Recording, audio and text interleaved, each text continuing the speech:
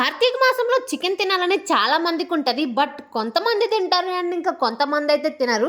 నేనైతే రీసెంట్గా రుచి అనే ఒక రెస్టారెంట్కి అయితే వెళ్ళాను. అండ్ అక్కడికి వెళ్ళాక ఏం ఆర్డర్ చేద్దామా అని ఆలోచిస్తుంటే ఈ మెనూ కార్డ్ అయితే ఇచ్చారు. అండ్ నేనైతే ఇంకా చికెన్ లాలీపాప్ అయితే ఒకటి ఆర్డర్ చేశాను. దీని కాస్ట్ వచ్చేసి 270 పడింది. రెస్టారెంట్ నేమ్ రుచి కదా, చాలా రుచిగా ఉంటుంది అని అయితే రెస్టారెంట్కి వెళ్ళాం. సో నా జెన్యూన్ రివ్యూ అయితే నేను వీడియో లాస్ట్లో చెప్తే వీడియో లాస్ట్ వరకు అయితే చూసేయండి. ఇంకా నేనైతే చికెన్ లాలీపాప్ అయితే టేస్ట్ చేసా. టేస్ట్ అయితే నాకు అర్థం కాలేదు. ఇంకా అందుకనే ఆనియన్ అండ్ లెమన్ తో ట్రై చేసా. ఇప్పుడైతే టేస్ట్ ఓకేగా ఉంది. నెక్స్ట్ చికెన్ ఫ్రైడ్ రైస్ అయితే ఆర్డర్ చేసాం. దీని కాస్ట్ వచ్చేసి అరౌండ్ 200 అయితే పడింది.